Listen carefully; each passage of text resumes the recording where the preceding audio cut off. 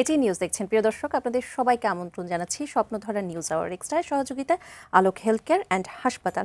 দর্শক, আজ আমরা কথা বলবো সংস্কার, নির্বাচন, রাজনীতি ও সাম্প্রতিক বাংলাদেশ নিয়ে। দুজন তরুণ রাজনীতিকে পেয়েছি আমরা, এবং রাজনীতিতে তরুণদের ভাবনাটাও আজকে আমরা শুনে নেব। সেজন্য শিরোনাম রেখেছি সংস্কার, রাজনীতি ও নির্বাচন ভাবনা। আপনাদের সঙ্গে রয়েছি আমি মুন্নি ইউসুফ। একটু পরিচয় করে দিই সেই তরুণ দুজন রাজনীতিককে। রয়েছেন জনাব মোহাম্মদ রাশেদ খান, সাধারণ সম্পাদক, গণ অধিকার পরিষদ, আপনাকে আমন্ত্রণ জানাচ্ছি আমাদের অনুষ্ঠানে। আর রয়েছেন জনাব অনিক রায়, যুগ্ম আহ্বায়ক, জাতীয় নাগরিক পার্টি, আপনাকেও আমন্ত্রণ জানাচ্ছি। মানুষ চাই এই সরকার আরও 5 বছর থাকুক, এমনটি দাবি করেছে স্বরাষ্ট্র উপদেষ্টা। আবার আগামী ডিসেম্বরের মধ্যে জাতীয় সংসদ নির্বাচনের দাবিতে অনড় কিন্তু বিএনপি। এই যে 5 বছর চাওয়া, অনেকে আবার নির্বাচন তাড়াতাড়ি চাচ্ছেন, এই জিনিসগুলোকে আপনারা কিভাবে ভাবছেন বা আপনারা কি মনে করছেন কতদিন থাকবে এই সরকার? প্রথম বিষয় হলো পলিটিক্যাল ফিল্ডে পলিটিক্যাল পার্টিগুলোর মধ্যে সরকার, সংস্কার, নির্বাচন নানান কিছু নিয়ে নানান রকমের আলোচনা হতেই পারে এবং এটা স্বাভাবিক। এটা একটা স্বাভাবিক গণতান্ত্রিক প্রক্রিয়া। কিন্তু আমার এখানে প্রশ্ন যেটা মনে করেন যে আপনি একজন উপদেষ্টা হিসেবে আসলে এই আলোচনা করতে পারেন কিনা, বা এই আলোচনা আপনার করা উচিত কিনা আপনার জায়গা থেকে। কারণ যেহেতু উনি স্বরাষ্ট্র উপদেষ্টা, তিনি এটা যদি বলেন এখানে আলোচনা আসতে পারে যে তাহলে এটাকে আসলে গভর্নমেন্টের অফিসিয়াল বক্তব্য কিনা। সো গভর্নমেন্টের ওই জায়গায় তো নিশ্চয়ই ক্লিয়ার করতে হবে। কিন্তু উনি হয়তো বা কোনো একটা প্রেক্ষাপট বোঝানোর জন্য বা কিছু একটা বোঝানোর জন্য বলছেন। আমি জাস্ট একটা লাইন বাইর করে নিয়ে এসে সেটাকেই মুখ্য করার থেকে আমার মনে হয় যেটা বেটার সেটা হলো আসলে তিনি কি পার্সপেক্টিভে বলেছেন। তো আমরা যেটা মনে করি যে প্রথমত নির্বাচনের বিষয়ে ইস্যুটা খুবই সিম্পল। বাংলাদেশের মানুষের একটা গণতান্ত্রিক অভিযাত্রার প্রয়োজন, একটা গণতন্ত্রের দিকে, একটা গণতান্ত্রিক দেশ হয়ে ওঠার দিকে প্রয়োজন। আমরা খুবই সহজেই জানি যে কিছুদিন আগে আমাদের 26শে মার্চ গেল, আমাদের স্বাধীনতা 1971 সাল, সেখান থেকে আজকে আমাদের 54 বছর।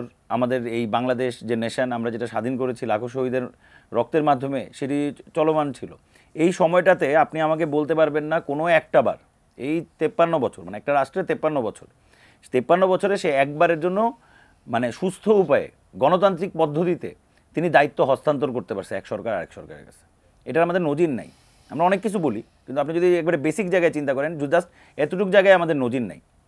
ফলে আজকে যে এই যে একটা গণতান্ত্রিক অভিযাত্রা, সেটার দিকে তো আমাদের যেতে হবে। নির্বাচন একটা গুরুত্বপূর্ণ পয়েন্ট, কিন্তু সেই নির্বাচনের আগে আমরা আসলে কিভাবে কতটুক একটা গণতান্ত্রিক পদ্ধতি, একটা গণতান্ত্রিক শক্তিশালী সরকার, যেটা আপনারা মনে করেন যে ঠিক শেখ হাসিনার মতো না আর কি, একটা শক্তিশালী সরকার যে কাজ করতে পারবে এবং তার জবাবদিহিতা থাকবে, তার জবাবদিহিতা নিশ্চিত হবে, এই পদ্ধতিগুলো কিভাবে হবে ভবিষ্যতে, সেটা যদি আমরা এই সময়ে কথা না বলে আমরা একটি নির্বাচনের মাধ্যমে আবারও সেই পুরাতন, কারণ আপনি তো ওই সংবিধানের আন্ডারে যাচ্ছেন, ওই পদ্ধতির আন্ডারে যাচ্ছেন, প্রধানমন্ত্রীর পাওয়ার সেই একই রকম থাকছে।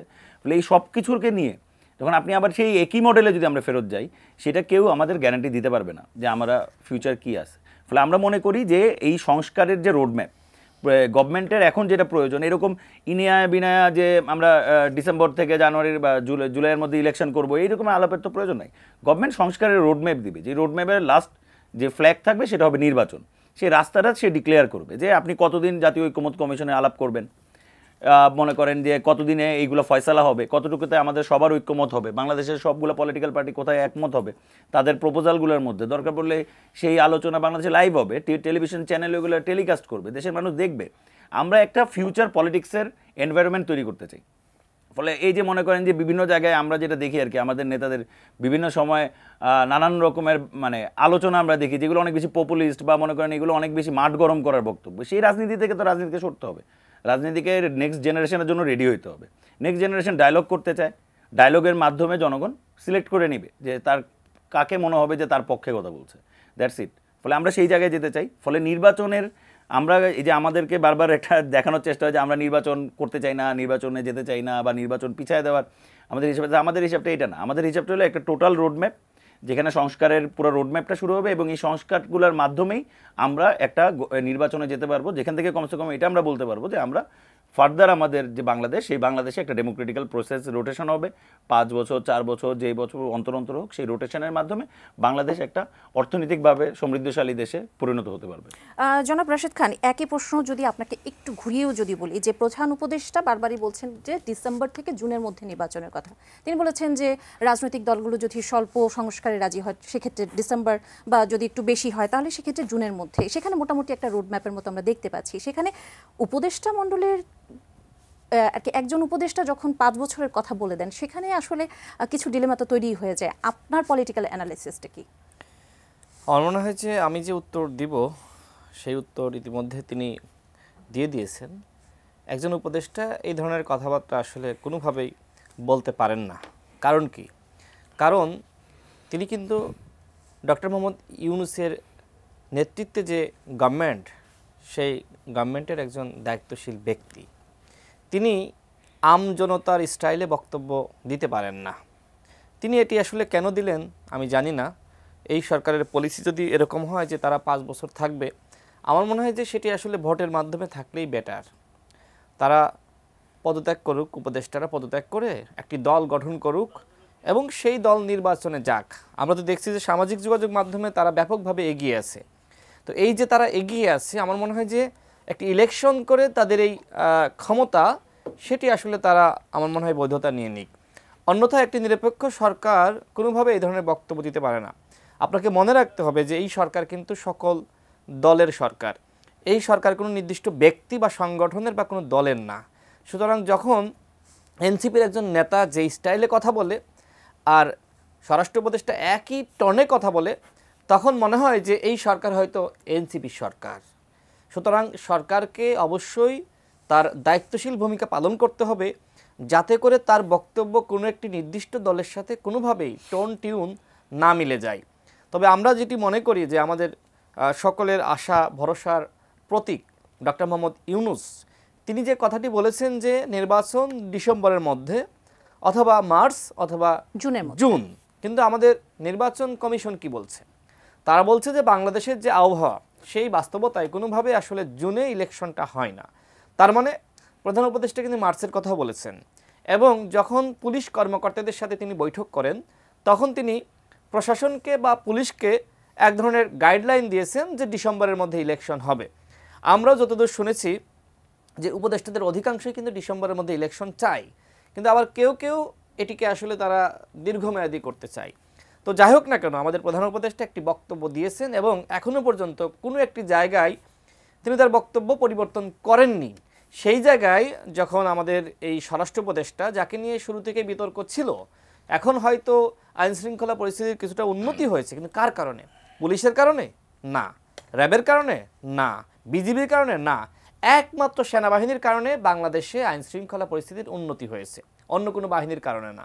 আমি আমার জেলা ঝিনাইদহ সদরে, সেখানে আমি গণসংযোগ করেছি, ঈদের শুভেচ্ছা বিনিময় করেছি, গ্রামে গঞ্জে পাড়া মহল্লায় হাট বাজার সব জায়গায় গিয়েছি। তো সবাই কিন্তু সেনাবাহিনীর কারণে যে আইনশৃঙ্খলা পরিস্থিতি এই পর্যায়ে আছে, দেখেন গ্রামগঞ্জে কিন্তু পুলিশ ফাংশন করতে পারে না। পুলিশ কি করে?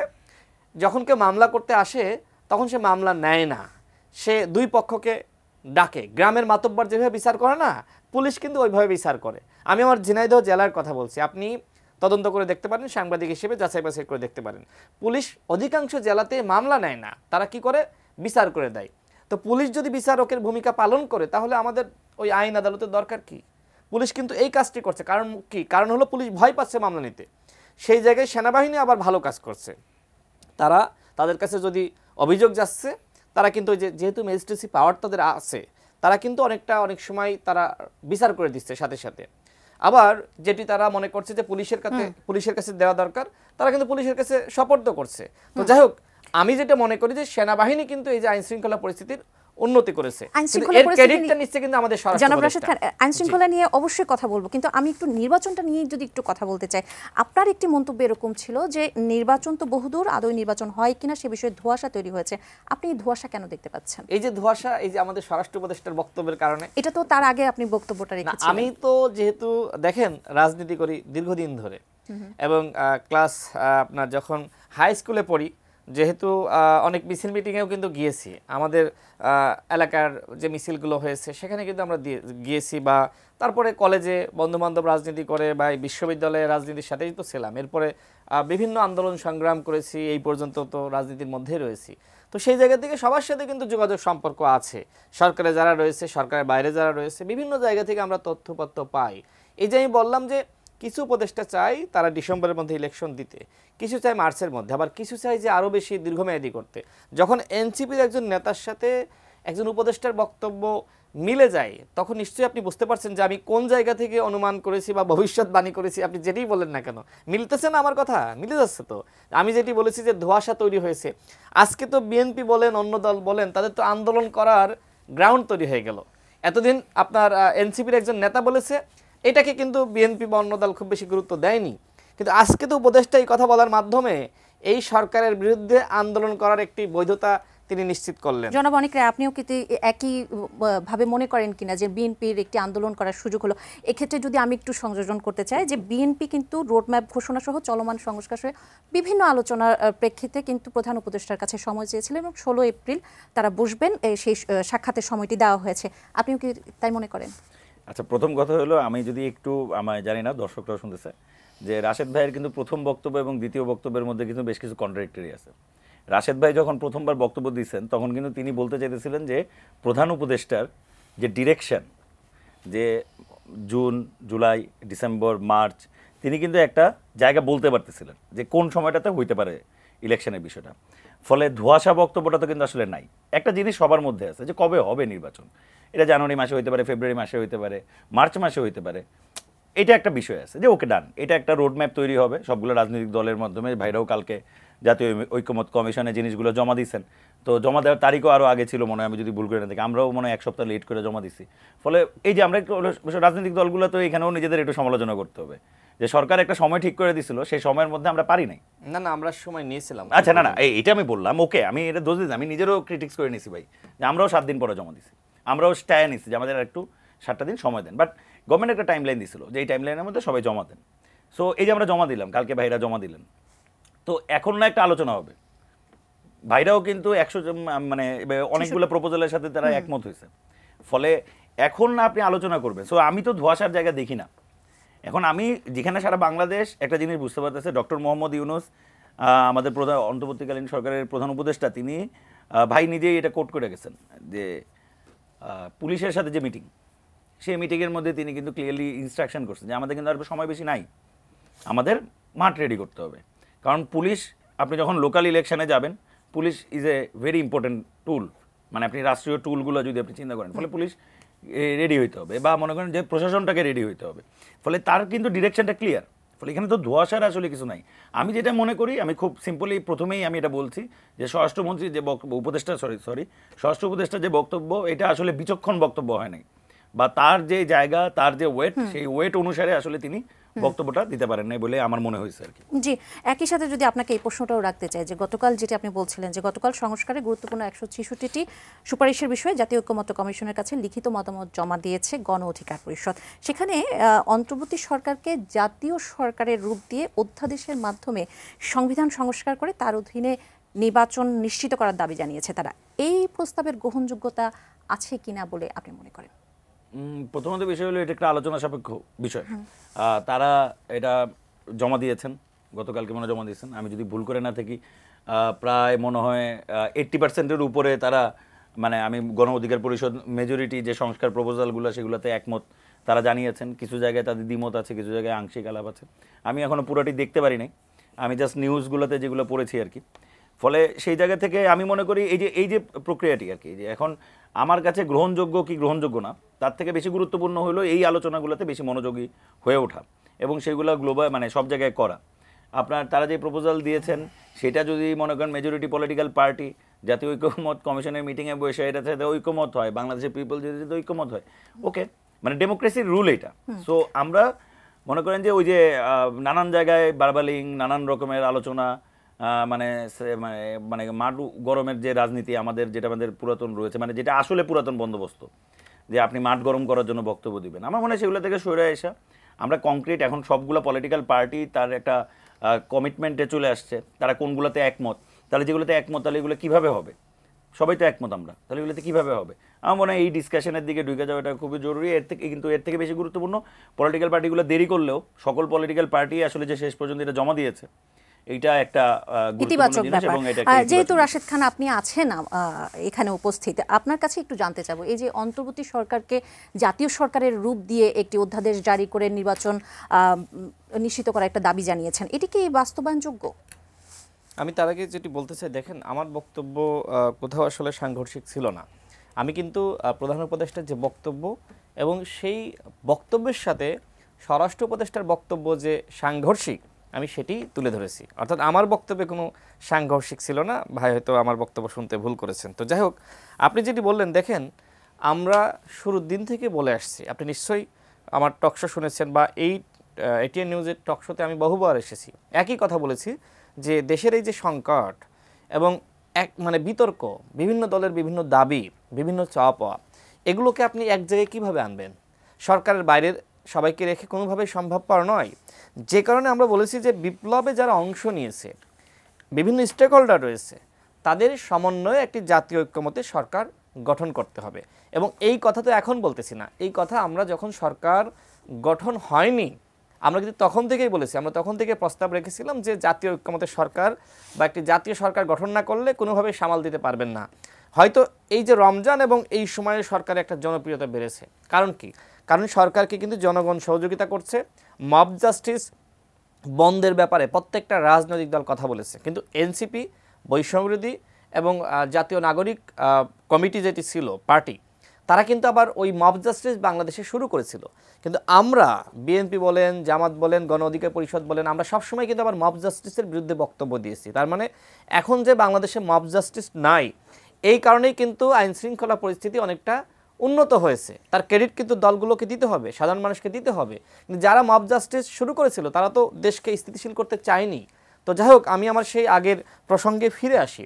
তো এই যে দলগুলো এখন সরকারকে সহযোগিতা করতেছে, তবে একই সাথে গণতান্ত্রিক রাষ্ট্রে বিভিন্ন দল বিভিন্ন ধরনের দাবি কিন্তু করতেই পারে। এই দাবিকে আপনি কোনোভাবেই ফ্যাসিস্ট বলতে পারেন না। এখন বিএনপি নির্বাচনের কথা বলছে, আমরা বলছি, জামাত বলছে বা এনসিপি বলছে, নির্বাচনের কথা বলা তো অন্যায় না। যেটি অনিক ভাইয়ের সাথে আমি একমত, তিনিও এই বিষয়টিকে পজিটিভভাবে দেখেছেন। কিন্তু একটি গোষ্ঠী এবং একটি পক্ষ আমরা দেখছি যে তারা কিন্তু সংস্কার এবং নির্বাচনকে যেমন মুখোমুখি করছে, একই সাথে সরকারকে এবং রাজনৈতিক দলগুলোকে মুখোমুখি দাঁড় করাচ্ছে। দেখেন, আমরা নির্বাচনের কথা কখন বলছি? আমরা বলছি যে প্রথমত আপনাকে গণহত্যার বিচার করতে হবে, একই সাথে আওয়ামী লীগকে নিষিদ্ধ করতে হবে। দ্বিতীয়ত প্রয়োজনীয় রাষ্ট্র সংস্কার। আপনি যদি মনে করেন যে সব সংস্কার করে ফেলাবেন, কোনোভাবেই সম্ভবপর নয়। সব কিছু সংস্কার করতে মোটামুটি 10 থেকে 20 বছর লাগবে। এখন এই সরকার তো ওই ধরনের সময়টা আসলে পাবে না। সেই জায়গায় আমরা বলছি যে আসলে প্রয়োজনীয় রাষ্ট্র সংস্কার এবং এরপর একটি অবাধ, সুষ্ঠু, নিরপেক্ষ নির্বাচন। দেখেন, এই সরকার গণহত্যার বিচার করলো, আওয়ামী লীগকে নিষিদ্ধ করলো, প্রয়োজনীয় রাষ্ট্র সংস্কার করলো, কিন্তু একটি নির্বাচন দিতে পারলো না।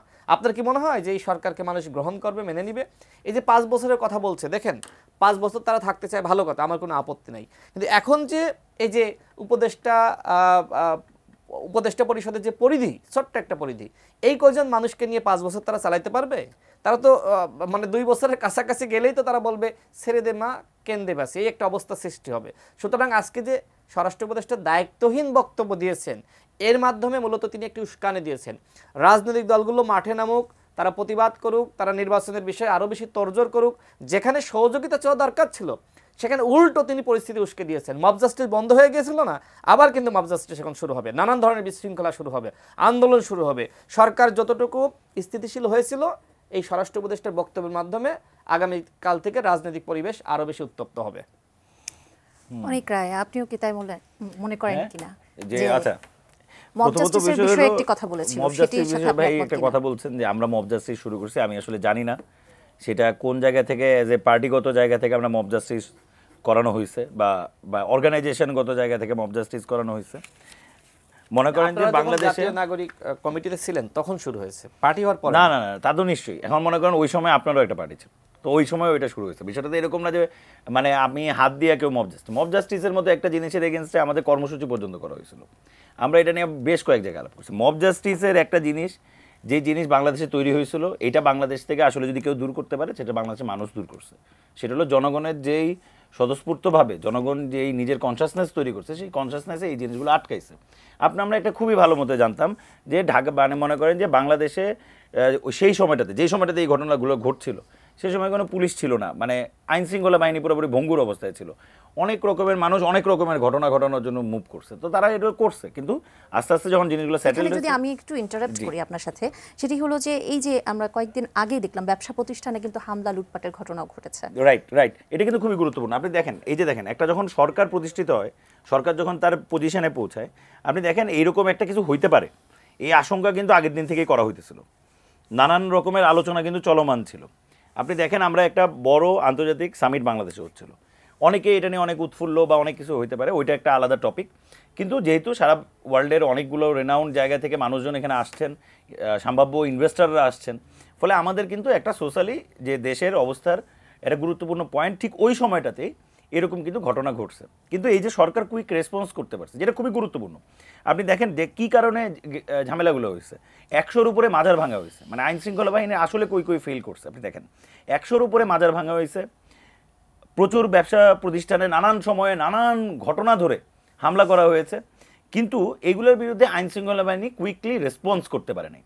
যে একটা ঘটনা ঘটলে যে কুইক রেসপন্সটা করতে হয়, যেমন মনে করেন সিলেটে এই ঘটনার পরের দিনই কিন্তু 49 জন ওই রাতেই গ্রেপ্তার হয়েছে। এই যে কুইক রেসপন্স, এটা কিন্তু সোসাইটির জন্য দরকার। তখন সোসাইটি মানে আশ্বস্ত হয় যে একটা খারাপ ঘটনা ঘটলেও আমার গভর্নমেন্ট কুইকলি রেসপন্স করে পুরো পরিবেশ নিউট্রাল করতে পারে, ফলে গভর্নমেন্ট এটা করতে পেরেছে। কিন্তু আপনি মনে করেন যে আমি যেটা একবারে ক্লিয়ারলি মব জাস্টিসের বিষয়টা আসলে আমাদের কথা আরেকদিকে ফ্লো করাই দিয়েছিল, কিন্তু আমি যেটা মনে করি যে একটা নির্বাচন নিয়ে ভাই যেটা বললেন আন্দোলন হবে, আবার মব জাস্টিস শুরু হবে, প্রথমত হলে আন্দোলনের সাথে মব জাস্টিসে মিলানোর আসলে প্রয়োজন নেই। পলিটিক্যাল পার্টিগুলো মুভমেন্ট করবে, পলিটিক্যাল পার্টিগুলো কর্মসূচি করবে, এটাই খুবই স্বাভাবিক, এবং এরকম একটা স্বাভাবিক পরিবেশই আমরা বাংলাদেশে চেয়েছি। কারণ আমরা গত 15 বছরে দেখেছি যে রাজু ভাস্কর্যে দাঁড়াতে আসলে মনে করেন যে ছাত্রলীগ এসে হামলা করতেছে, মানে আপনি কোথাও কিছু প্রোগ্রাম করতে যাবেন, যে মানে তার কথার বাইরে কিছু হইলে যে কেউ হোক সে তার উপর হামলা হচ্ছে।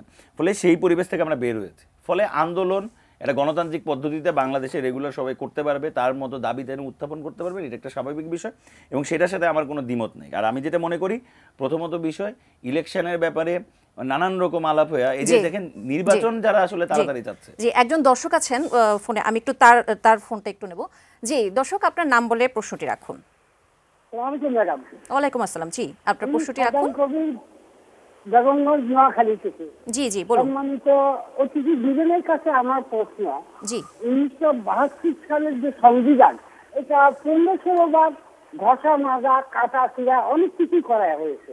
তো ইনারা কি জানেন এই সংবিধান জাস্ট ফর অ্যাপ্রুভাল, যেটাকে বিয়েতে বলে, এটা অ্যাপ্রুভাল তৈরি করছিলেন, বিয়েতে তৈরি করছিলেন কলকাতার রাইটার্স বিল্ডিং এর সুব্রত চৌধুরী এবং শ্রী দুর্গাপ্রসাদ ধর। এই সংবিধান দিয়ে যদি আগামী নির্বাচন করা হয়, তো এইটা কি জাতির জন্য কোনো ভালো কিছু বয়ে আনবে কিনা, নাকি আবার আরেক ক্ষেত্রে জন্ম দিবে? জি জনাব রাশেদ খান, আপনার কাছ থেকে যদি নেই যে এই সংবিধান রেখে কি নির্বাচন হলে আবার ফ্যাসিস্টের জন্ম হবে কিনা, এরকম করে একটি প্রশ্ন করেছিলেন দর্শক, নিশ্চয়ই আপনার মনে আছে, সেই প্রশ্নের উত্তর একটু ছোট করে দেবেন। দেখেন, আমার মনে হয় যে হাসিনার আমলের যে সংবিধান, হাসিনা যেভাবে আসলে বারবার সংবিধানকে পরিবর্তন করেছে, সেই সংবিধান বল রেখে বাংলাদেশে কেউই আসলে নির্বাচনটা চায় না, বা রাজনীতি করতে চায় না, দেশ চালাতেও চায় না। সবাই আসলে সংবিধানের সংশোধন চায়। কেউ কেউ হয়তো নতুন সংবিধান চায়, বাট যারা নতুন সংবিধান চায় তারা আবার কিন্তু শুরুতে ভুল করেছে, তারা ওই সংবিধান মেনে আবার শপথ নিয়েছিল। তো সেটি ভিন্ন বিষয়। তবে এই মুহূর্তে আমার মনে হয় যে প্রত্যেকেই আসলে চাই সংবিধানটা সংশোধন করা হোক, এবং সেই সংশোধিত সংবিধানের আলোকেই আগামী নির্বাচন। আমাদের দলের পক্ষ থেকে কিন্তু আমরা সেটি বলেছি যে হাসিনার সংবিধান বহাল রেখে কোনোভাবেই নির্বাচনটা হবে না। এখন এই ক্ষেত্রে প্রশ্ন এসেছে যে আসলে তাহলে কিভাবে আসলে নির্বাচনটা হবে, সেটি কি আসলে পরবর্তীতে যে গভর্নমেন্ট আসবে সেই কি আসলে আইনগত বৈধতা দিবে, নাকি তার আগেই আসলে সংবিধানটা আসলে সবার কাছে গৃহীত হবে? তো সেই ক্ষেত্রে আমরা বলেছি জাতীয় ঐক্যমতের ভিত্তিতে সংবিধানটা অবশ্যই গ্রহণ করতে হবে। একটি জুলাই চার্টার বা ন্যাশনাল চার্টার হবে বা জাতীয় সনদ হবে, সেখানে প্রত্যেকটা দল স্বাক্ষর করবে।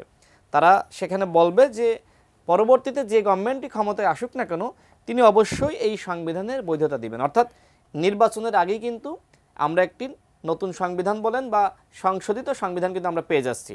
সুতরাং হাসিনার আমলের যে সংবিধান, সেই সংবিধান মেনে কিন্তু কোনো নির্বাচন হচ্ছে না। আমি আরেকটি প্রসঙ্গে কথা বলি, যেটি ভাই বলছিলেন। দেখেন, তারা একটি দল গঠন করেছে। এখন দল গঠন করার আগে তাদের যে রাজনৈতিক প্রক্রিয়া আমরা দেখেছি, তারা গণমাধ্যমে বক্তব্য দিয়েছে যে নাহিদ ইসলামকে ছাড়া কোনোভাবে দল গঠন করা সম্ভবপর হচ্ছে না।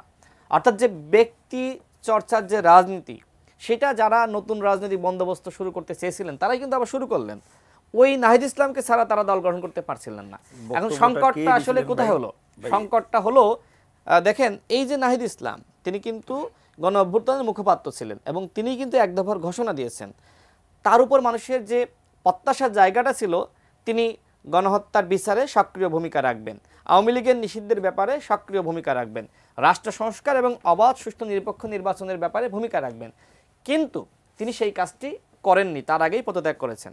তার মানে এখন যদি এই কাজগুলো না হয়, তাহলে কি নাহিদ ইসলাম দায়ী থাকবেন না? অবশ্যই দায়ী থাকবেন। কারণ তিনি যদি এই কাজটি করে আসতে পারতেন, তিনি কিন্তু আরও সফল হতেন, আরও মানুষের কাছে জনপ্রিয় হতেন। দেখেন, সরকারের চেয়ারে থাকলে যে কথাগুলো বলা যায়, আপনারাই বলেছেন যে যদি উপদেষ্টা মণ্ডলীতে থাকে সেক্ষেত্রে আসলে আরেকটি দল গঠন করা যাবে না, তাহলে নিরপেক্ষতা নিয়ে প্রশ্ন আসবে। দল গঠন করা ওনাকেই কেন করতে হবে?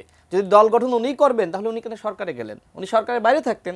সরকারের বাইরে তো সার্জিস, হাসনাত সহ ভাইরা তো ছিল না? তো আমরা সেটাই বলছি যে ওই যে বাংলাদেশে ব্যক্তি চর্চার রাজনীতি, ওই রাজনীতি তো রয়েই গেছে। যারা নতুন বন্দোবস্তের কথা বলছে, তারা কিন্তু এটিও বলেছে যে যদি এখন পুরোপুরি নতুন রাজনৈতিক বন্দোবস্ত গ্রহণ করা হয়, তাহলে কিন্তু জামানত হারাবে। সেই চিন্তাও কিন্তু আছে। তো আমি যে প্রসঙ্গে বলছিলাম, দেখেন, নাহিদ ইসলামের উপর কিন্তু মানুষের আস্থা বিশ্বাসের জায়গাটা ছিল। তিনি সরকারে থেকে যদি ওই কাজগুলো করে তারপরে পদত্যাগ করতেন, তাহলে কিন্তু মানুষ তাকে আরও বেশি সাধুবাদ জানাতো। কিন্তু সমস্যাটা হয়ে গেছে যে এখন এই সরকার অনেকটা দুর্বল। কারণ কি, যেখানে এই যে নাহিদ ইসলামরা ছিলেন, যেভাবে তারা সরকারে একটি প্রভাব রাখতে পারছিলেন, এখন কি সরকারের বাইরে এসে ওইভাবে প্রভাব রাখতে পারছেন? কোনোভাবে আসলে ওই প্রভাব বিস্তারটা করতে পারছেন না। তার মানে এখন একটি সংশয় সৃষ্টি হয়েছে যে আসলেই আওয়ামী লীগকে নিষিদ্ধ করা হবে কিনা।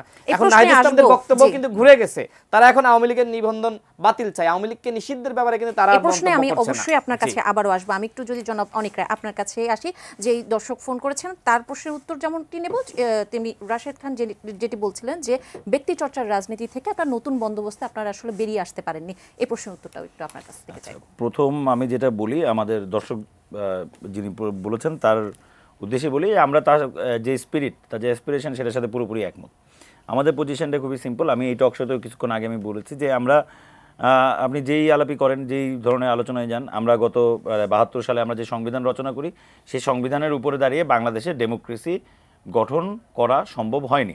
এখন এটা আপনি বলতে পারেন যে এটা ব্যক্তিগত কোনো দলের দোষ, এটা ব্যক্তিগত কোনো গোষ্ঠীর দোষ, কিন্তু সংবিধান তো আমরা তৈরি করেছিলাম এই জন্য যে কোনো দল বা গোষ্ঠী চাইলেও এই কাজগুলো করতে পারবে না।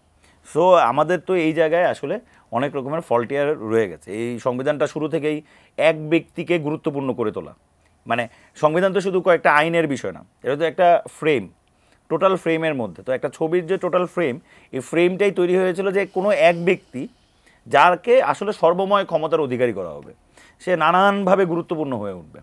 ফলে এখনও কিন্তু এই সংবিধানে এই বাস্তবতাই রয়েছে, এবং গত 15 বছরে শেখ হাসিনা এটাকে আরও মজবুত করেছে যে সব কিছুই সে ওয়ান ম্যান আর্মি, মানে তিনি যা বলবেন তাই। এখন এই সব কিছু কিন্তু তিনি সংবিধান দিয়েই বৈধতা দিয়েছেন। এমন তো না যে তিনি বলছেন সংবিধান রদ, আমি আছি, তাতে কিন্তু না। তিনি কিন্তু প্রত্যেকটা ঘটনার, তার প্রত্যেকটা কর্মকাণ্ডকে সংবিধান দিয়েই ব্যাখ্যা করেছেন। তার মানে আপনি এটা বুঝতে পারছেন যে আমিও যদি কালকে ওই জায়গায় বসি, আমার পক্ষে ওই ব্যাখ্যা রেডি থাকবে, কারণ ওই সংবিধানটার যে পাওয়ার স্ট্রাকচার, সেই পাওয়ার স্ট্রাকচারটা সেরকম। ফলে তা যদি একই রেখেই আমরা যদি একটা নির্বাচন করি, আমরা যদি একটা নির্বাচনে যাই, তাহলে সেখান থেকে আসলে কী তৈরি হবে? এই যে বাংলাদেশে মনে করেন যে কয়েক হাজার মানুষ মানে আহত হইলেন, মানে 20,000-এর মতো, 30,000-এর মতো ভাই যেটা বললেন, বা মনে করেন প্রায় 2,000-এর মতো মানুষ মারা গেলেন, শহীদ হলেন। এবং এই জীবনগুলো কাদের?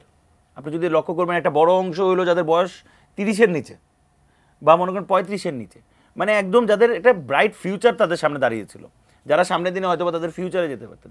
কত স্কুলের ছাত্র মারা গেছে। তো আপনি এই মারা যাওয়াগুলো, এই রক্ত যে দিল রাস্তায়, সেটার প্রতিদানে কি করলেন? আপনি আপনার দেশে একটা মিনিমাম ডেমোক্রেসি তৈরি করতে পারলেন না, আপনি একটা ডেমোক্রেটিক্যাল কান্ট্রি হিসেবে সারা ওয়ার্ল্ড ওয়াইড নিজেকে প্রতিষ্ঠিত করতে পারলেন না, আপনি যদি ব্যবস্থা তৈরি না করেন। প্রত্যেকটা রাজনৈতিক দল ইলেকশন শেখ হাসিনার আমলে এই পুরো ব্যবস্থার বিলোপ করতে হবে, এই আলোচনা কোন রাজনৈতিক দলের ছিল না।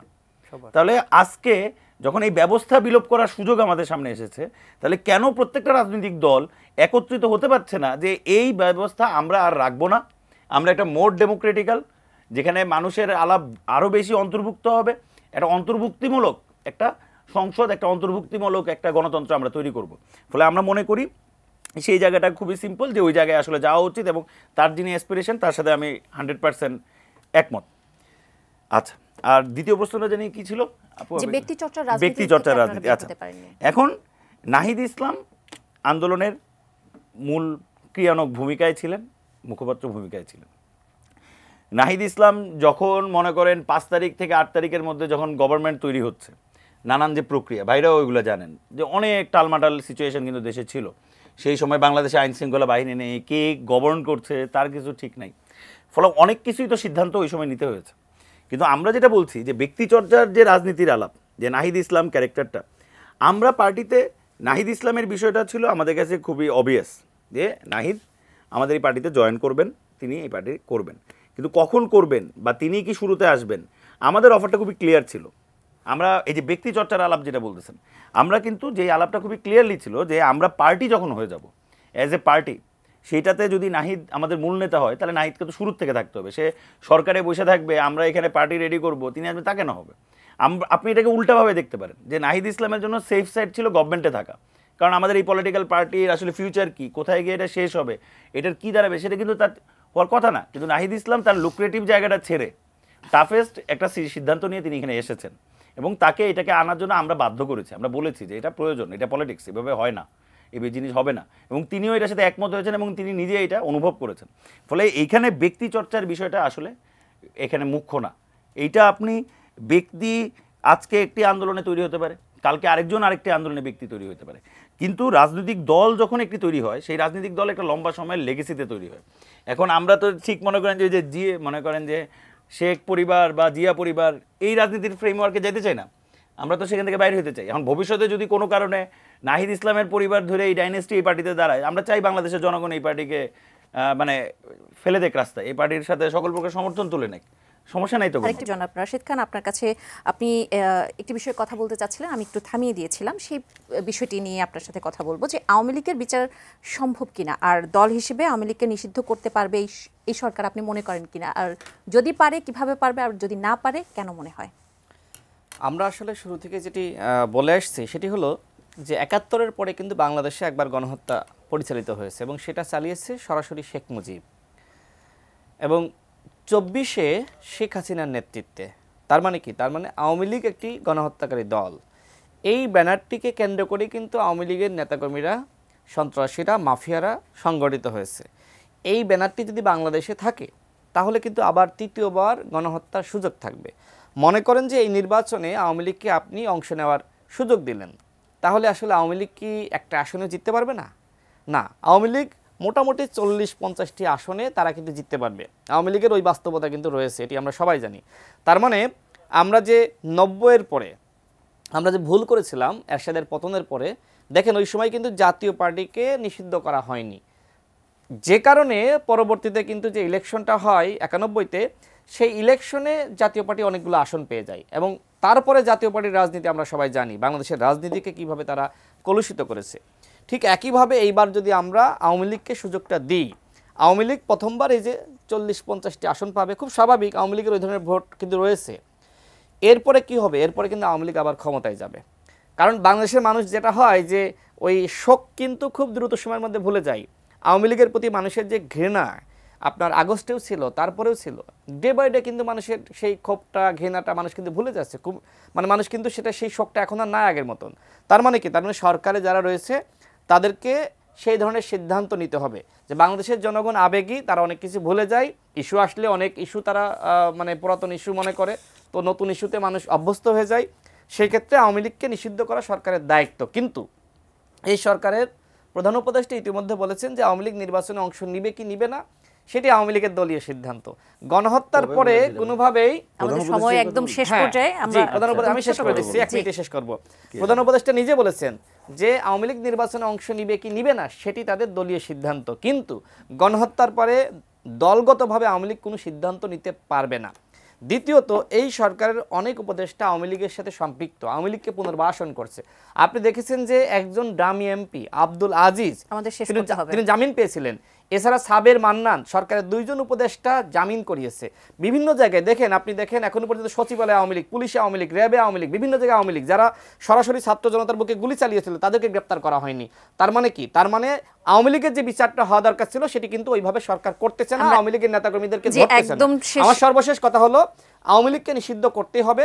আগামী নির্বাচনে আওয়ামী লীগ নামক দলটি অংশ নিতে পারবে না।